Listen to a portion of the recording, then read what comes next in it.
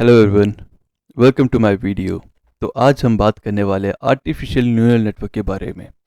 तो ये वीडियो थोड़ी बेसिक्स होने वाली है। इस वीडियो के अंदर मैं बेसिक्स पढ़ाने वाला हूँ न्यूरल नेटवर्क की। तो ये डीप लर्निंग का टॉपिक है लेकिन काफ़ी इजी है, इट्स इजी। तो सबसे पहले अगर हम अपने दिमाग को देखें, हम अपने दिमाग को देख सकते हैं, फिर किसी और जानवर के दिमाग को देख सकते हैं, डजेंट मैटर। तो सबसे पहले अगर हम अपने दिमाग को देखें तो फिर इसके अंदर ना बहुत सारे न्यूरॉन्स होते हैं। मेरे दिमाग के अंदर तो है, आपके दिमाग का पता नहीं। तो इसके अंदर बहुत सारे न्यूरॉन्स होते हैं और न्यूरॉन्स आपस में बातें करते हैं। जैसे कि हम हम इंसान बात करते हैं आपस में, मैं आपसे बात कर रहा हूँ, आप मुझसे बात कर रहे हो। वैसे ही न्यूरॉन्स आपस में बात करते हैं। और जब न्यूरॉन्स आपस में बात करते हैं तो एक नेटवर्क फॉर्म करते हैं और उस नेटवर्क से हम सोचते और समझते हैं। तो शायद यही है सोचना और समझना, और शायद यही है कॉन्शियसनेस।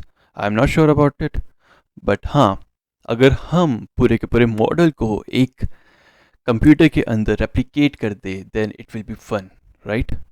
और हमने ऐसा किया, और जब हमने ऐसा किया तो हमने देखा कि एक मशीन भी सोच पा रही है, वो भी समझ पा रही है कि हम क्या कर रहे हैं क्या नहीं कर रहे। और ये चीज़ थोड़ी सी इलॉजिकल लगती थी कुछ दशकों पहले, लेकिन अब बिल्कुल इलॉजिकल नहीं है, क्योंकि उस वक्त कंप्यूटेशन पावर बहुत स्लो थी, कंप्यूटर कैलकुलेट नहीं कर पाता था। लेकिन आज के ज़माने में सब कुछ परफेक्ट है। तो जब हमारे पास अच्छा हार्डवेयर आया तो सॉफ्टवेयर की तो दिक्कत थी ही नहीं पहले से, तो हमने न्यूरल नेटवर्क बनाना स्टार्ट कर दिया। और अगर आप न्यूरल नेटवर्क को बोलोगे तो जैसे कि हमारे दिमाग का जो बेसिक स्ट्रक्चर होता है उसको बोलते हैं न्यूरॉन, वैसे ही एक आर्टिफिशियल न्यूरल नेटवर्क का जो बेसिक स्ट्रक्चर होता है उसको बोलते हैं परसेप्ट्रॉन। परसेप्ट्रॉन। तो इस वीडियो के अंदर हम जानने वाले हैं कि परसेप्ट्रॉन होता क्या है। सो बेसिकली एक परसेप्ट्रॉन एक आर्टिफिशियल न्यूरल नेटवर्क का बेसिक ब्लॉक होता है और इसके स्ट्रक्चर्स होते हैं। अगर आप देखोगे कोई भी आर्टिफिशियल न्यूरल नेटवर्क को, कोई भी एक इमेज देखो अपने सामने और उसके अंदर आप ऑब्जर्व करोगे कि मल्टीपल नोड्स होती है, मल्टीपल पॉइंट्स होते हैं, मल्टीपल सर्कल्स होते हैं, इनपुट होता है, आउटपुट होता है, मल्टीपल सर्कल्स होते हैं। उनको क्या बोलते हैं? उनको बोलते हैं परसेप्ट्रॉन। और एक परसेप्ट्रॉन दूसरे परसेप्ट्रॉन से कनेक्टेड रहता है ताकि वो सारी की सारी इन्फॉर्मेशन पहुंचा सके। जैसे कि हमारे दिमाग के अंदर न्यूरॉन्स एक दूसरे से कनेक्टेड रहते हैं, वैसे परसेप्ट्रॉन भी एक दूसरे के साथ कनेक्टेड रहता है। तो हम सीखने वाले कि एक परसेप्ट्रॉन होता क्या है और क्या एक्शंस करता है। जब हम एक परसेप्ट्रॉन को सीख पाएंगे तो हम एक लेयर को सीख पाएंगे और पूरे मॉडल को सीख पाएंगे, फिर मल्टीपल मॉडल्स को सीख पाएंगे। So this is the basic, this is the initiation. तो शुरू करते हैं। परसेप्ट्रॉन के मल्टीपल लेयर्स होती है, मल्टीपल पार्ट्स होते हैं, और सबसे पहला पार्ट होता है इनपुट। ओके, एक परसेप्ट्रॉन है, सबसे पहले आता है उसका इनपुट।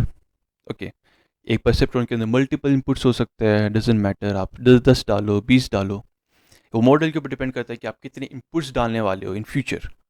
ठीक है, बट बेसिकली आपको एक चीज़ ध्यान रखनी है कि मल्टीपल इनपुट्स हो सकते हैं, डजेंट मैटर। ठीक है, आप 2 रखो, 3 रखो, 4 रखो, लेकिन बेसिक स्ट्रक्चर बिल्कुल चेंज नहीं होने वाला।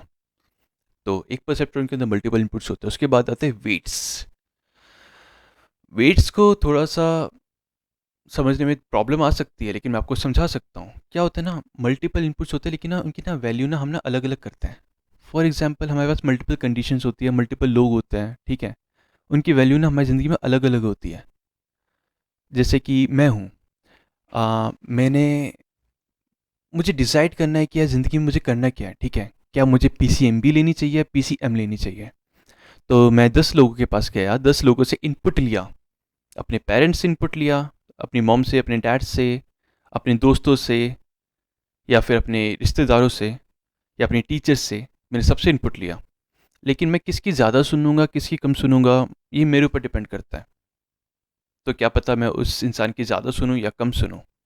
तो ज़्यादा सुनूंगा तो मतलब उस इंसान का वेट ज़्यादा है, अगर कम सुनूंगा तो उस इंसान का वेट कम है। तो इसको समझ लेना कि वेट से मेरा क्या मतलब है, कुछ और मतलब नहीं है मेरा वैसे फ़िलहाल। तो हाँ, तो वेट्स का मतलब क्या होता है कि प्रायोरिटी क्या है उस इनपुट की। ठीक है, मैंने 10 लोगों से इनपुट लिया, लेकिन प्रायोरिटी क्या है, किसकी प्रायोरिटी मैं ज़्यादा रखूंगा और किसकी प्रायोरिटी मैं कम रखूंगा, दैट इज़ वेट। ओके, तो सबसे पहला लेयर होता है हमारा इनपुट का लेयर। नेक्स्ट लेयर होता है हमारा वेट्स का लेयर। ओके, तो हम इनपुट के लेयर को मल्टीप्लाई करता है वेट्स के लेयर से, और वेट्स डिफर करता है model to model, but usually weight की वैल्यू होती है फ्रॉम 0 to 1। 1 मीन्स कि हम उसको हाईएस्ट प्रायोरिटी पे रख रहे हैं, और 0 का मतलब है कि ये लोवेस्ट प्रायोरिटी है, मतलब कि है ही नहीं उसकी कोई वैल्यू, वो मुझे कुछ भी बताए उसकी कोई वैल्यू ही नहीं है, ठीक है। तो सबसे पहले इनपुट लेयर को मल्टीप्लाई करते हैं वेट्स के साथ, ठीक है। जितने ज़्यादा इनपुट्स होंगे उतनी ही ज़्यादा वेट्स होगी, हर इनपुट का कोई ना कोई वेट होगा, ओके। सो मल्टीप्लाई करने के बाद हम क्या करते हैं, एंड बीच में उन सब चीज़ों को ऐड कर देते हैं। तो उन सब वैल्यूज़ को ऐड कर देता है और एक आउटपुट निकालते हैं, और उस आउटपुट को एक एक्टिवेशन फंक्शन के अंदर जाता है। आई विल एक्सप्लेन कि एक्टिवेशन फंक्शन होता क्या है। परसेप्ट्रॉन हमारी रियल लाइफ के अंदर भी होता है, जैसे कि हम परसेप्शन बनाते हैं। एक फेमस एग्जाम्पल है, फॉर एग्जाम्पल मेरे दोस्त ने मुझे मूवी देखने के लिए बुलाया, क्या मुझे मूवी देखने जाना चाहिए या नहीं, तो मुझे ये डिसाइड करना है।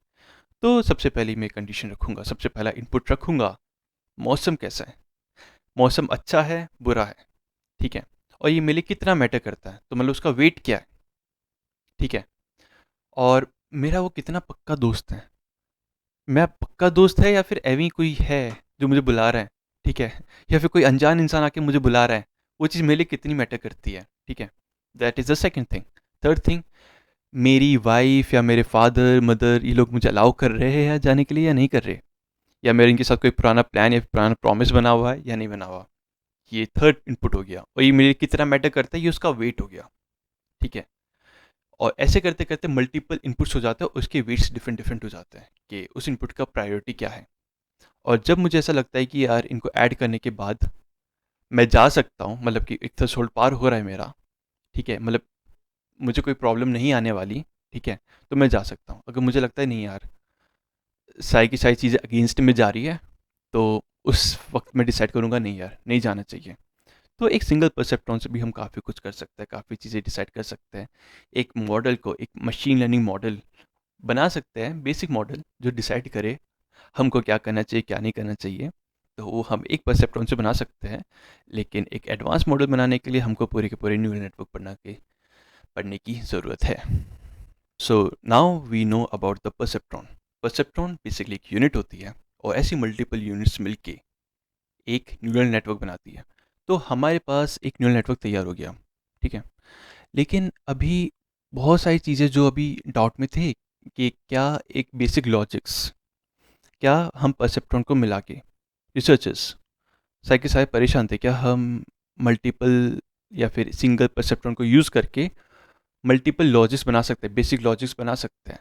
तो उन्होंने सोचा क्या हम ये जो लॉजिक गेट्स होते हैं, जो बेसिकली कंप्यूटर की बेसिक बिल्डिंग ब्लॉक्स होते हैं, लॉजिक गेट्स, ठीक है, जो प्रोसेसिंग करते हैं हर चीज़ की, कि अगर हम वो बना पाए तो यानी हम मल्टीपल लॉजिक्स भी बना सकते हैं सिर्फ एक परसेप्ट्रॉन का इस्तेमाल करके।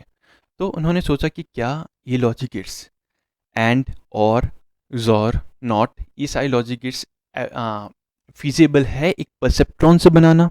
अगर हाँ तो यानी सही है, क्योंकि अगर हम एक लॉजिक गेट्स बना सकते हैं तो फिर मल्टीपल लॉजिक गेट्स बना सकते हैं, एंड फिर एक पूरा का पूरा फंक्शन बना सकते हैं, एक पूरा का पूरा input to output black box बना सकते हैं। तो देखते हैं। It is just like we have to touch the weights and biases.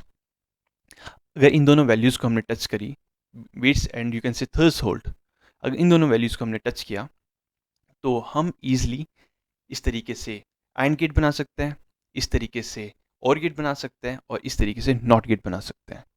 तो हाँ, हमारे सारे के सारे लॉजिक गेट्स तैयार हैं। जब हमारे लॉजिक गेट्स तैयार है तो हमारा पूरा का पूरा CPU तैयार है, क्योंकि लॉजिक गेट्स से तो हमारा CPU ही बनता है, और हम न्यूरल नेटवर्क को यूज़ करके पूरा का पूरा CPU बना सकते हैं, और कोई भी एक प्रोग्राम बना सकते हैं। It is very easy. तो दैट्स इट फॉर टुडे, और अगली वीडियो के अंदर हम अगले टॉपिक के बारे में बात करेंगे। तो तब तक अलविदा, बाय बाय, टाटा।